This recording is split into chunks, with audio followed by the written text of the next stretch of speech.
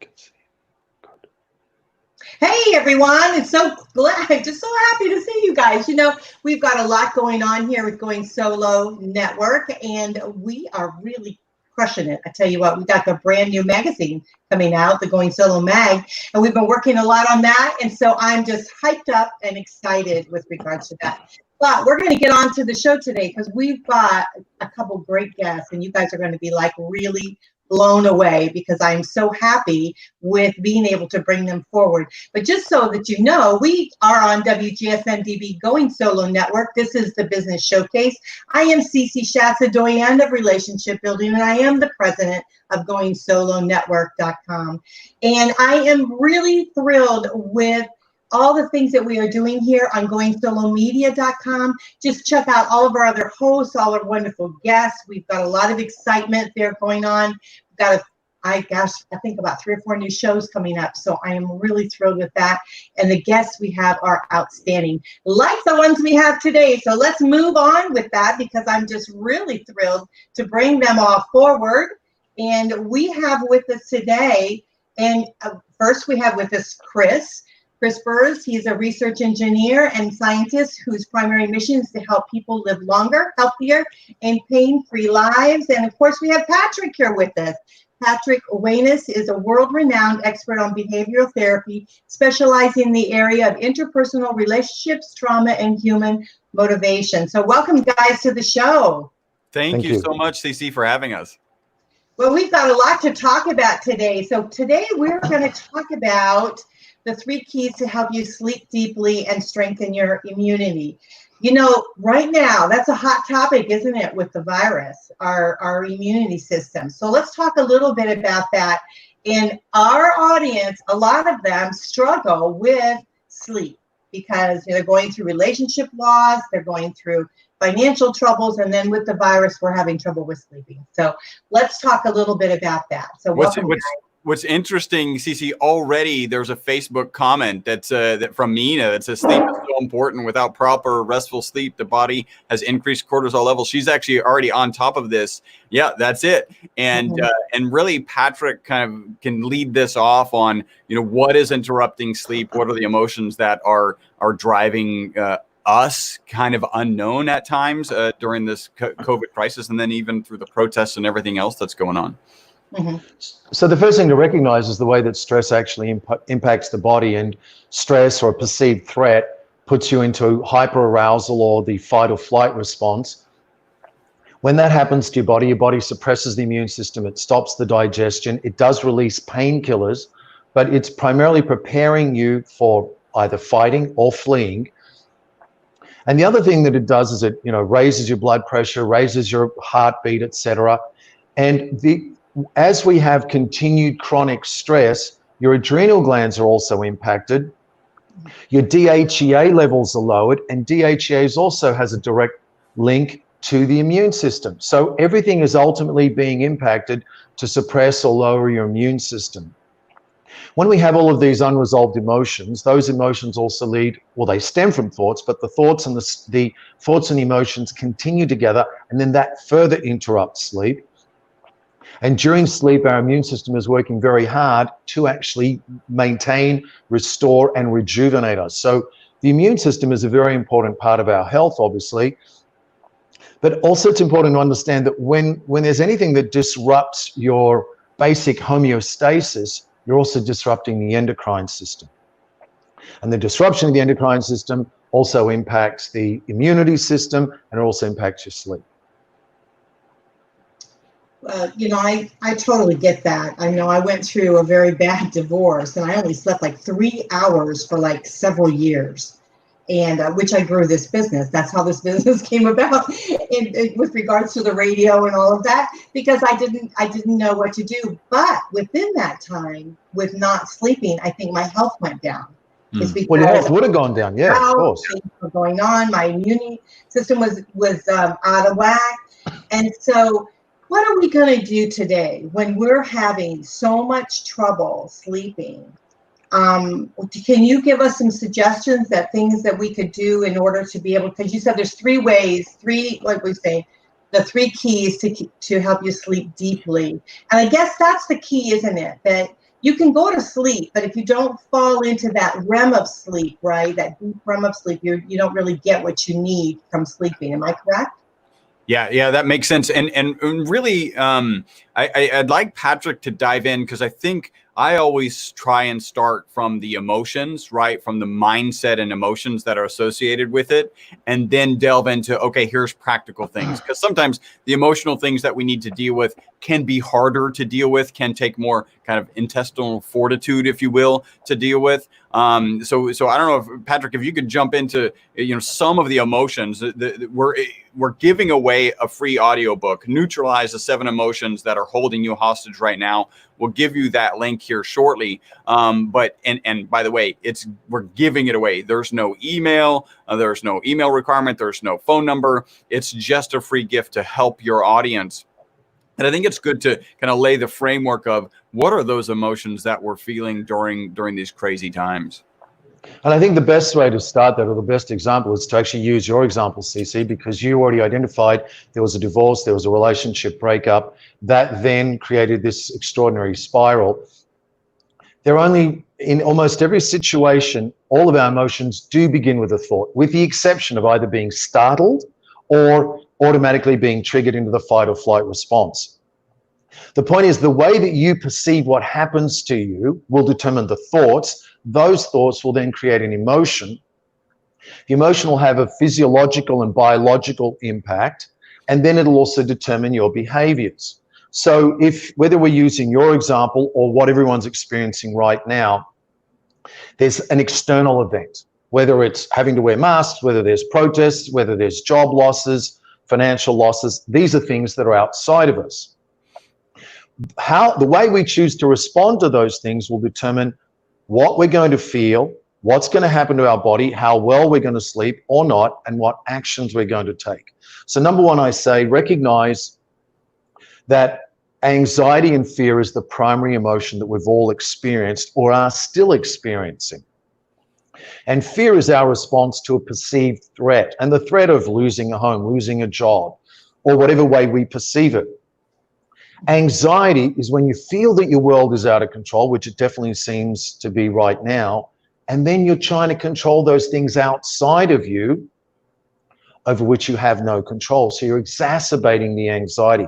So the first key emotion that everyone's feeling is fear and anxiety. The next is the response to the loss. There's extraordinary loss for all of us, and it's ongoing. Suddenly, maybe another freedom's being taken away, or you can't do this, or you can't do that, or maybe you've gone back to work and they've shut down the restaurant, they've shut down the bar, and now you've lost your job. There's so many losses on so many different levels.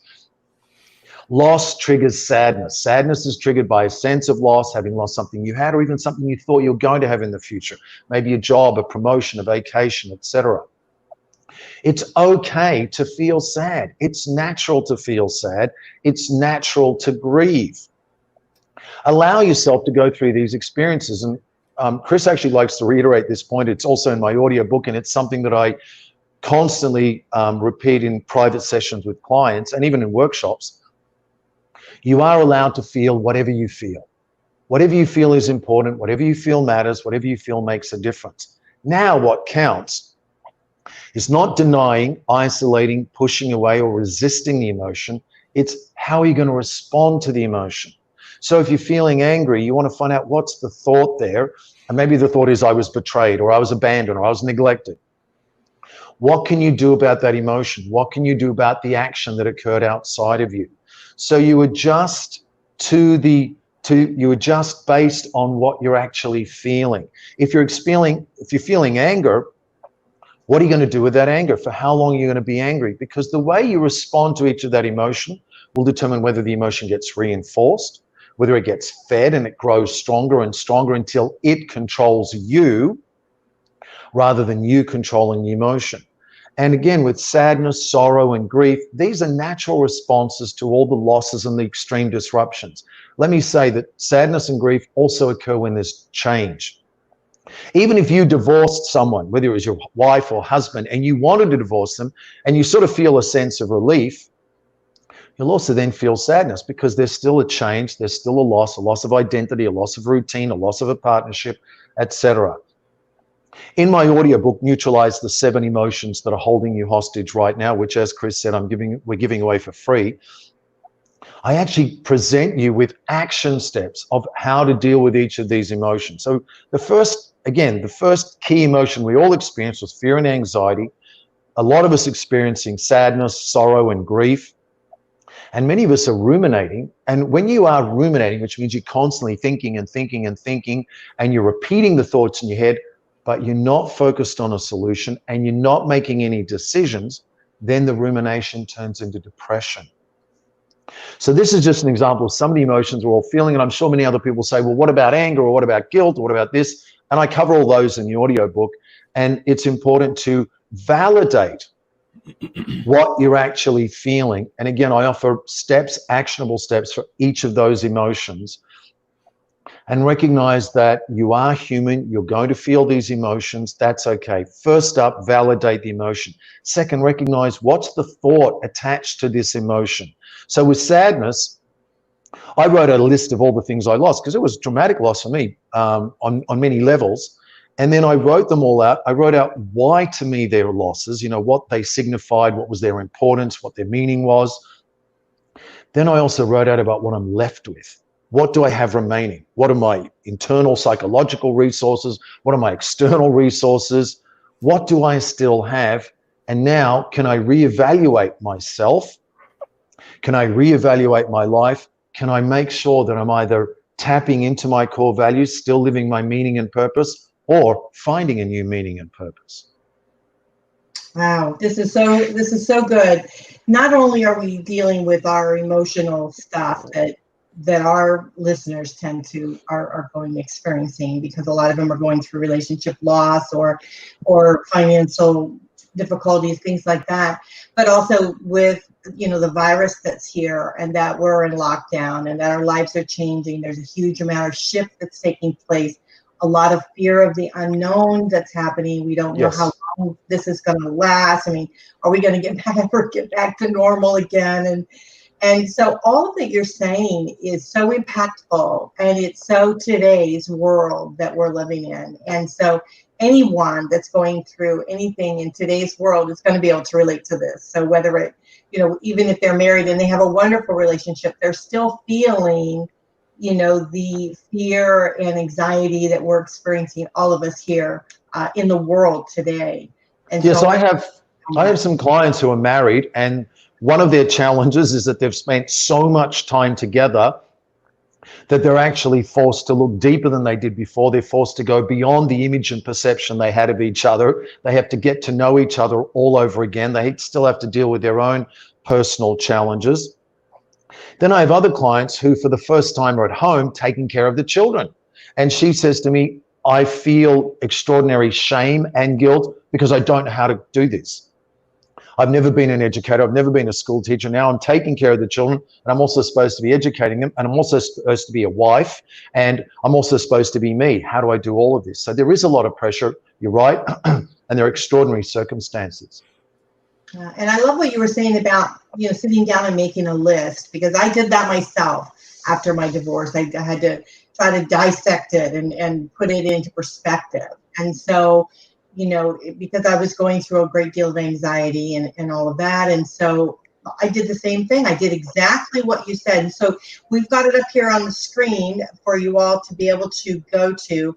Now, those that are going to be listening to the rebroadcast in an audio format, of course, you won't be seeing the screen. So I just want to read it out to you so you have it. You go to www.myvitalc.com/going solo. And that's free, completely free for you guys. It's an audiobook, Neutralize the 7 Emotions That Are Holding You Hostage Right Now, keeping you from the peace of mind.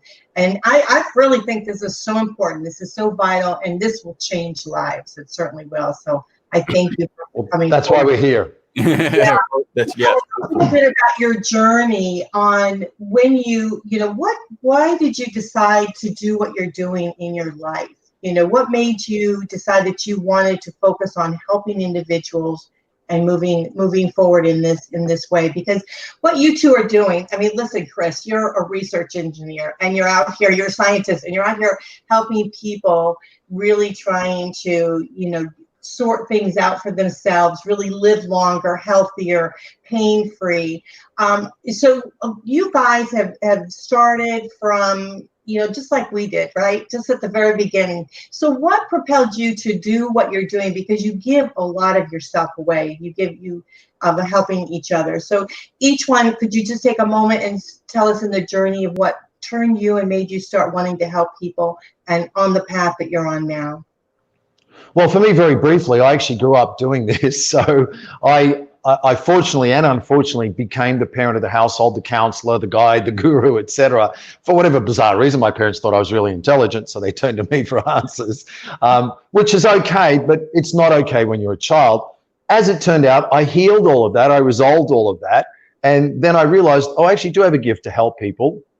And one of my core values is influencing people in a good way, whether it's through art, through photography, through workshops, through audiobooks, through guided meditations. It's ultimately, can I influence people to help them to realize their full potential? And ultimately that breaks down to one thing. Can I help you to set you free from the past? The past means the experiences you had, just like I did, experiences you had, the emotions that were associated with those experiences, and the inaccurate interpretations you made as a child about those experiences. Well, my mum and dad were fighting, therefore it must be my fault. Well, my mum and dad are divorcing, therefore he's leaving me. Well, my dad cheated on my mum, this is what one of my clients said, therefore he was also betraying me. And this was a girl that was 18 years of age when I started working with her. So that was sort of the impetus, having been sort of raised or educated in that way, or programmed or formed. And then because I actually enjoy it and I do it and it comes very easy. Let me say this, I believe that if you are living your passion, you'll know, because it does come easy. Yeah. There'll be obstacles, but it's actually easy for you to do it. This is the easiest thing for me to do. And this is the next point, when you say, well, you know, how did we then decide, let's do something during the pandemic? And Chris and I were having a conversation, and it was sort of funny because Chris says, oh, I'm really tired and I don't know what's wrong with me. And I said, well, we happen to be in a pandemic. That might be part of the reason. And then we said, well, you know, you're actually dealing really well with this, Chris, because I know a lot of other people who are going through a lot more hardship than you in terms of their response. And we said, how can we help people? And we said, well, what about if I create an audiobook around the emotions that everyone's experiencing? Because ultimately we were all hit and we were all knocked flat. There was heaviness, there was fear, there was anxiety, sadness, etc. So I very quickly put this book together. It took me about a week. It was very easy for me to do it. And if you listen to this, the audiobook, you're going to laugh, because I didn't actually write it. I just recorded it. You won't know that from listening to it, but it sounds like I've written it and narrated it. No, I actually just recorded it. The point of that is to say, when you are doing something you really love and you've developed the knowledge, it comes very easily. Yeah. And then I said, I also think we need to create a guided meditation, because ultimately we're trying to help people to sleep, to build their immune system and to help them to sleep. So that was my contribution. And then Chris can talk about his contribution, because we said, let's come together. I've got something to give. Chris has something to give that ultimately, again, helps the person on a holistic level. That's mental, emotional, physical, and spiritual. Yeah. So Patrick and I have been friends for a long time, and we've just had a very parallel desire to help people. Patrick, I think, knows exactly where his came from. I don't know where mine came from specifically. Obviously, I think we could dig in and find out that it's related to my parents, and my parents kind of raised me. And I've always had this desire to help people. Just as far back as I can remember. And it's kind of driven me to be an entrepreneur. Through entrepreneurship, I'm able to help people. And through actually this molecule that I'm working with, it turns out that I'm able to help people. What I'd like to do right now is actually dive into, Patrick spoke about emotions, and I kind of have this phrase, Patrick hasn't adopted it yet, but I call it this horrible emotional sleep spiral. So you've got these emotions, you're experiencing these emotions, they're keeping you up at night, you're not getting as much sleep. What a lot of people don't realize is that lack of sleep actually negatively impacts our ability to handle emotions in the following day. And unlike a cell phone has nice little bars to tell you how much battery's left or how much signal you have. Our brains don't have any sort of signal to tell us, hey, you didn't get that much sleep last night. You're probably not going to handle your emotions very well today. You should watch out. So we go through our day thinking we're perfectly able to handle these emotions. We're dealing with our spouses, our children, our bosses, our clients, or whatever, and we may not be managing those emotions as well as we normally would. Now you make mistakes during the day and you go into the night going, oh, I made this mistake, and you're ruminating and you're letting more emotions take you away. And now you're just perpetuating this horrible emotional sleep spiral. Downloading the book and going through the exercises that Patrick has put together, just phenomenal stuff, will help you with those emotions. And what I'd like to do, I'm kind of the sciencey guy, and like let's get into really practical things that you could do to help you get that sleep and to help you handle those emotions that you're experiencing right now. And what I'm going to talk about is really like sleep hygiene. These are things that you have, practices and rituals and processes that you have in place to make sure you get a good night's sleep. And so the first thing I'll talk about is napping, right? We're all, most of us are at home. A lot of us are at home and never have worked from home. We may be having lunch on the couch, and that may be that perfect opportunity to take a nap. What I'll say first about naps is the data on naps is absolutely concrete. It is good to take naps. You want to have a better mental focus, better mental acuity in the latter parts of the day. Yes, take that nap.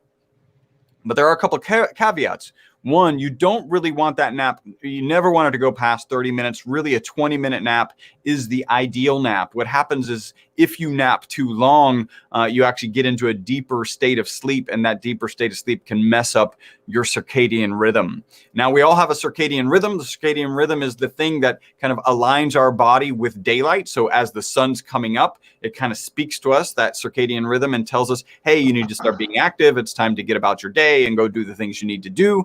And then as you start coming down in the evening, as the sun starts to set, it starts to, that circadian rhythm tells your body, hey, it's time to slow down. It's time to get ready for sleep. If you take a nap longer than 30 minutes, you can mess up that circadian rhythm. The other way with a nap you can mess up the rhythm is if you take a nap after 4 p.m. So you want to make sure, again, if you're going to take a nap, great, put a timer, right? And don't do it after 4. If you're feeling kind of nappy after 4, then you should go for a walk, change your physicality so that you don't take that nap, because it can adversely affect your sleep and then the ability to handle the emotions the next day. The next thing I want to talk about is we all have these devices. We've got cell phones, we've got tablets, we've got computers, and they can do 2 things that are detrimental to sleep. One of them that most people don't know about is blue light. All of these devices, again, our phones, our tablets, our computer screens, they all emit blue light. And what blue light does to us physically is it convinces our brain, well, really mentally, our brain is convinced by the blue light that it's the middle of the day, right? So we talked about that circadian rhythm, which is the sun comes up and the sun goes down and our bodies act appropriately at those times. Well, what these devices can do is convince you that you're in the middle of the day. So if you're really supposed to be winding down and ready to get some sleep and you're looking at your cell phone or your tablet and that blue light is convincing you it's in the middle of the day, you can feel very active and feel very awake. And really, you shouldn't be feeling that way. You really should be allowing your natural circadian rhythm to put you to sleep. So there's a couple of filters, like on Apple devices, it's called Nightshade, Night Shift. On Android devices, you've got just a blue light filter or Comfort View. Most computers will have a blue light filter. I know Patrick leaves his on all day, just all the time. He mentioned art, can see some art. If you're looking, he's got some beautiful photos behind him. Obviously, when he's working on that art, he's got to turn that blue light filter off in order to have the appropriate colors, but he keeps it on all day. I recommend that you turn set the blue light settings, the blue light filter settings, so that they come on 1 to 2 hours before the sun sets, so that you're not, again, convincing your brain it's the middle of the day. The other thing about these devices is really a lot of people charge them right next to their bed. These devices keep us awake, keep our mind active. It's really, I would recommend that you actually maybe put a charging station outside of your bedroom or down the hall or in the kitchen as far away as possible, so that 1 to 2 hours before you're going to sleep, you're actually setting it to charge and just walking away from that device and connecting with your partner, your children, connecting with the book, kind of these more traditional things that will in fact help you sleep. That's a good part of sleep hygiene. And then I'm so worried with that because mine goes off constantly. I mean, ding, ding, ding. Oh, yeah. I mean, are people sleeping? Because why is it going off so much? Yeah, and there's some good statistics that or good data that talks about I think it's dopamine that will kick in, because we're hardwired to want to have socially relevant information in short bits brought into our minds, right? We get excited. Our brain's wired to be excited by that information. And you can imagine in a, you know, we're as humans, we like to interact with other people, and to be able to interact with other people requires information about, okay, who's related to who, and who's a couple and who's not a couple. So all of this information is very useful when we're operating in a society. Now this, Facebook or Twitter or whatever you're getting is getting you those little dopamine boosts, because you're getting this little societal information, right, that we're hardwired to think is very useful. And ultimately, how useful is it? And really, how useful is it after 7 p.m.? Like, are we, nothing's really going to change from 7 p.m. until 7 a.m. So yeah, it's a good idea to turn those devices off. And we actually get hardwired Pavlovian, like, so that ding is like, oh, I have a new piece of socially relevant information that I should check out right now because it's available. And there's another key point too here. You got to look at what Chris is saying makes complete sense. And you can also add to that we definitely want to feel connected. And women are more attached to their phones than men because of that desire to have really powerful connection. However, we also use the phones as a way to distract ourselves from what we're actually thinking and feeling. And what happens is it does become this horrible, not just emotional sleep spiral, but a spiral whereby you're starting to surf through your phone and it's provoking anxiety because you're reading all this negative news. And then what happens? You say, well, I better check again. How many people have died today? How many cases has there been? What are they doing here? And then what you're doing is you're constantly provoking anxiety within your body, within your thoughts and mind. So take a look at it. If you're obsessed with checking the phone, see if you can pause, take a breath, and ask yourself, what are you really running away from? And it's most likely an uncomfortable emotion, whether it's fear, anxiety, the feeling of uncertainty, instability, insecurity. So you're reaching to touch the phone to get that kinesthetic response, and then you're trying to get some sort of reassurance, validation, or comfort, but it's just provoking more anxiety. So be very careful of that. Yeah, Patrick, what I had to do throughout my life is that when I felt like I was going crazy, right? A little bit anxiety, things going, just slipping away, and I felt like I didn't have control over it. What I started to do is take control over it. And so I made the list that you suggested and doing things like that. And like, for instance, for me, I don't watch the news. I mean, I'll take a certain amount of time and watch it, then that's it. I don't watch any more of it because I figured if it's bad enough, somebody's going to call me and tell me, if it's a hurricane out or something like that, then I'll, but unless it's something that's really going to, am I going to change it? How is it really going to affect me? It's like sometimes I think we try to absorb too much that we can't control. And so which creates the anxiety. Yeah, right. And so then we try to, so that's my philosophy is always like, can I control this? If I can't, then I step away from it. I come back to it if I need to. The same thing with the phone. I move it into the other room, shut it off, do whatever I need to do to get my break that I need to have. If somebody truly needs to reach me, they'll figure out how to reach me, that kind of thing.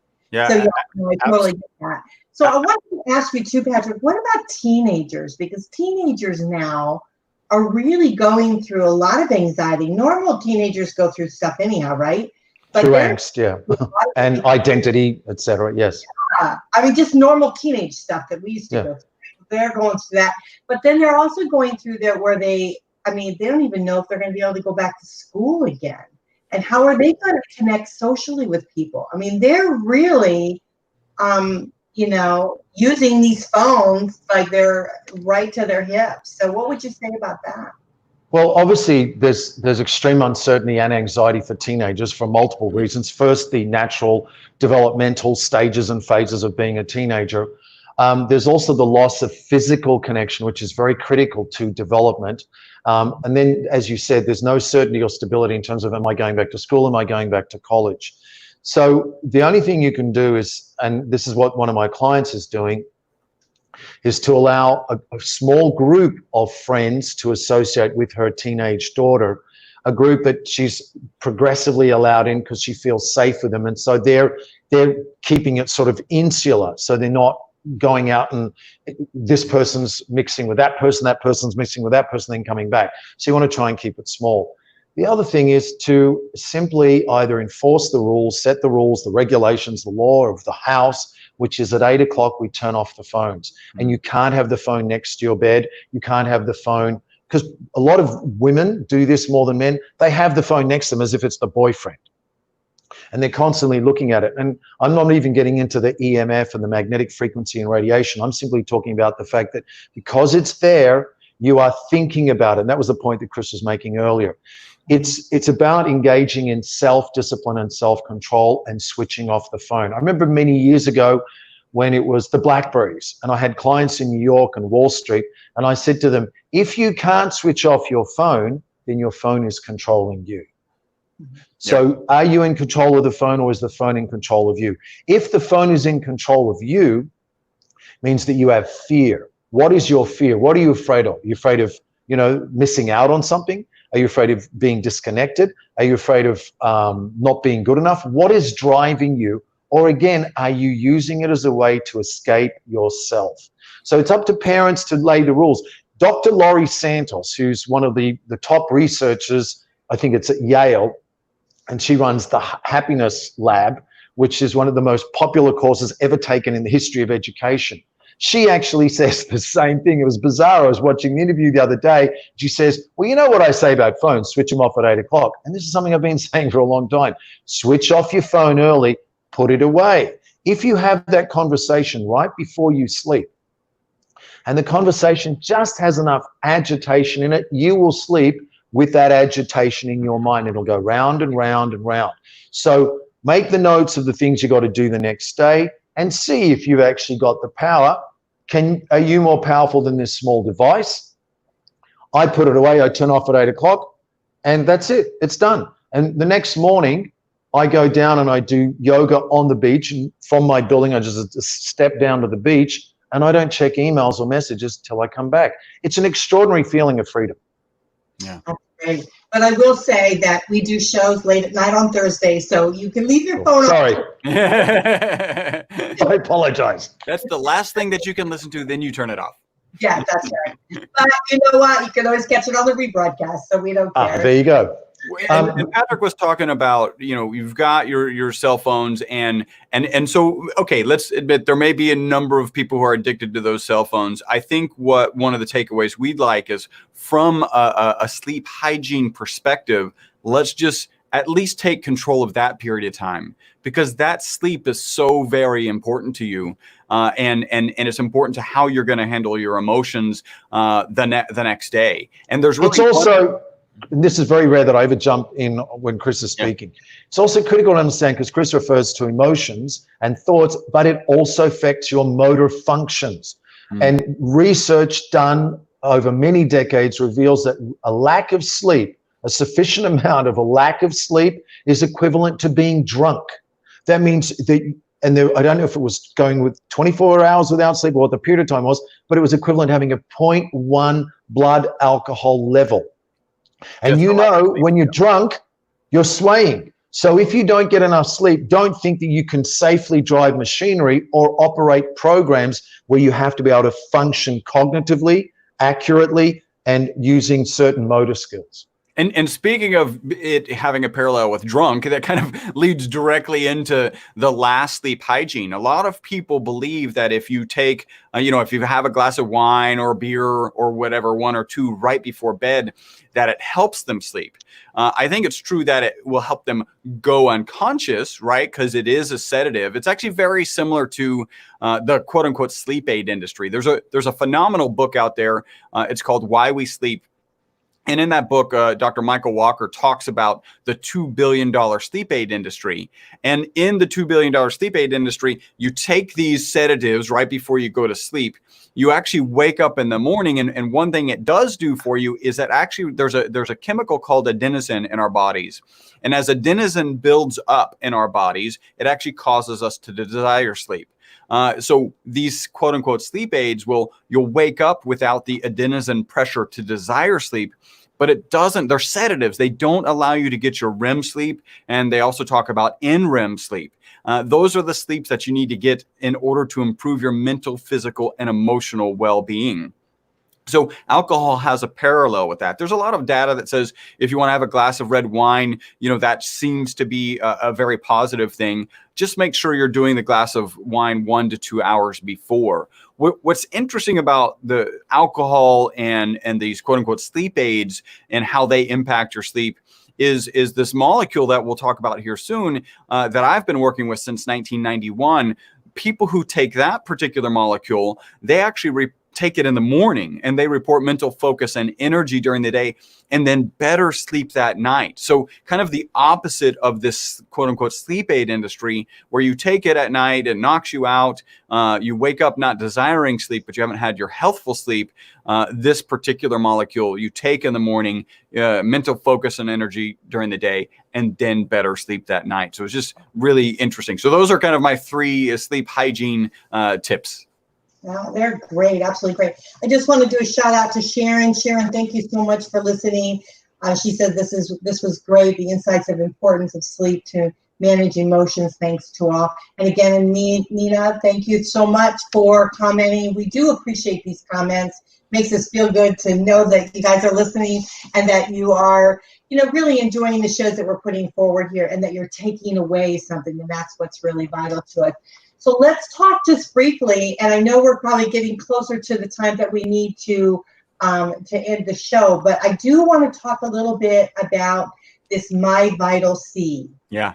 So can you share with us what this is, how it will help us, and all of that? Yeah, absolutely. So it's a really interesting story. It is a supplement. It's an olive oil based supplement. I'm not some genius who went back in the lab and said, oh, I know how to extend the lives of rats by 90%. I'll talk about that in a second. I know how to put together a great antioxidant, an anti-inflammatory. That's not how this product came to be. Really, I've been manufacturing a molecule since 1991, a carbon nanomaterial molecule, been selling it to research institutions around the world since 1991. And in 2012, they did a toxicity study. They actually thought that the molecule would be toxic. So they did this. They actually, in 2012, they published the results of the study. And in that study, they gave rats olive oil, rats water. That was the control group. Rats olive oil, and then rats olive oil with this molecule. The molecule is called ESS60. Again, it was a toxicity study, so they thought that the rats would die quickly. Actually, the reverse happened. Those rats lived 90% longer than the control group. Not only did they live 90% longer, all of the rats given the My Vital C formula died without tumors, as opposed to that group of rats given water, they all died with tumors. So it was a pretty miraculous result. I'm still a carbon nanomaterial scientist. So as that report is coming out, it's peer-reviewed, published research. I'm still a very conservative scientist. So we added, not for human consumption, because people were calling us and saying, hey, I want to put this in my body, and I'm a carbon nanomaterial scientist. So I'm thinking, well, this is for solar cells and batteries and tires. You really, the data was clear, but I'm, again, a conservative scientist. So we added not for human consumption.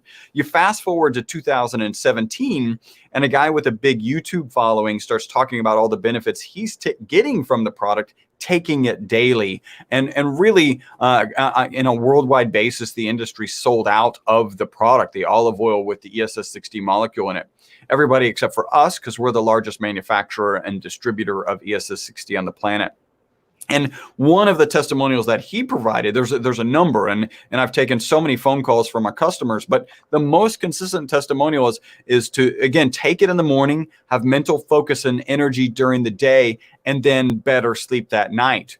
Now, there's a reason I actually sent extra bottles over to my mom. You know, we've got this trying time with COVID around. I don't even think that it has a direct impact on COVID. I know it has an impact on your immunity, your immune health. It's a known antioxidant. You've got to be careful when you're talking about anti-inflammatory. So it fits naturally in the anti-inflammatory diet. It's an antibiotic. It's an antiviral. And better sleep, we know, is good for your mental, physical, and emotional well-being. Those are all kind of the reasons I sent extra bottles to my mom, and I have her taking double servings during this time period. So it's pretty amazing. And Patrick and I have known each other so long. Some of my customers are his customers, and he's seen in some of our customers that the reports of benefits, removal of knee pain. In my case, I used to get migraines on a regular basis. My wife actually used to get about 9 migraines a month, and those migraines have gone. So it's just something that is an interesting story, and has an absolute parallel to sleep, which is really what ultimately brought Patrick and I together to give away this free audiobook. And you're doing a sleep study too. Yeah. So for those who can see the screen, I'm holding up a ring that's on my index finger, and it's an Aura ring, and it's one of the better sleep trackers on the market. And I'm actually doing a study. So we've got about 13 people in the trial right now, where they're providing data. Actually, I'm working with a professor out of the University of California, San Diego, and he's a consultant for Aura Ring. So he's got access to the back-end data at Aura Ring. And so we've got 13 people who are providing data prior to taking the product, providing data during taking the product, then going off and back on the product, so that we can get some actual quantification or at least qualification of this continued report of better sleep. Well, that's very interesting. Now, I do have up here on the website, which is myvitalc.com. Well, make sure they use the link, right? myvitalc.com/going solo. Okay, so they want to use this one here. Yeah. So myvitalc.com, going solo.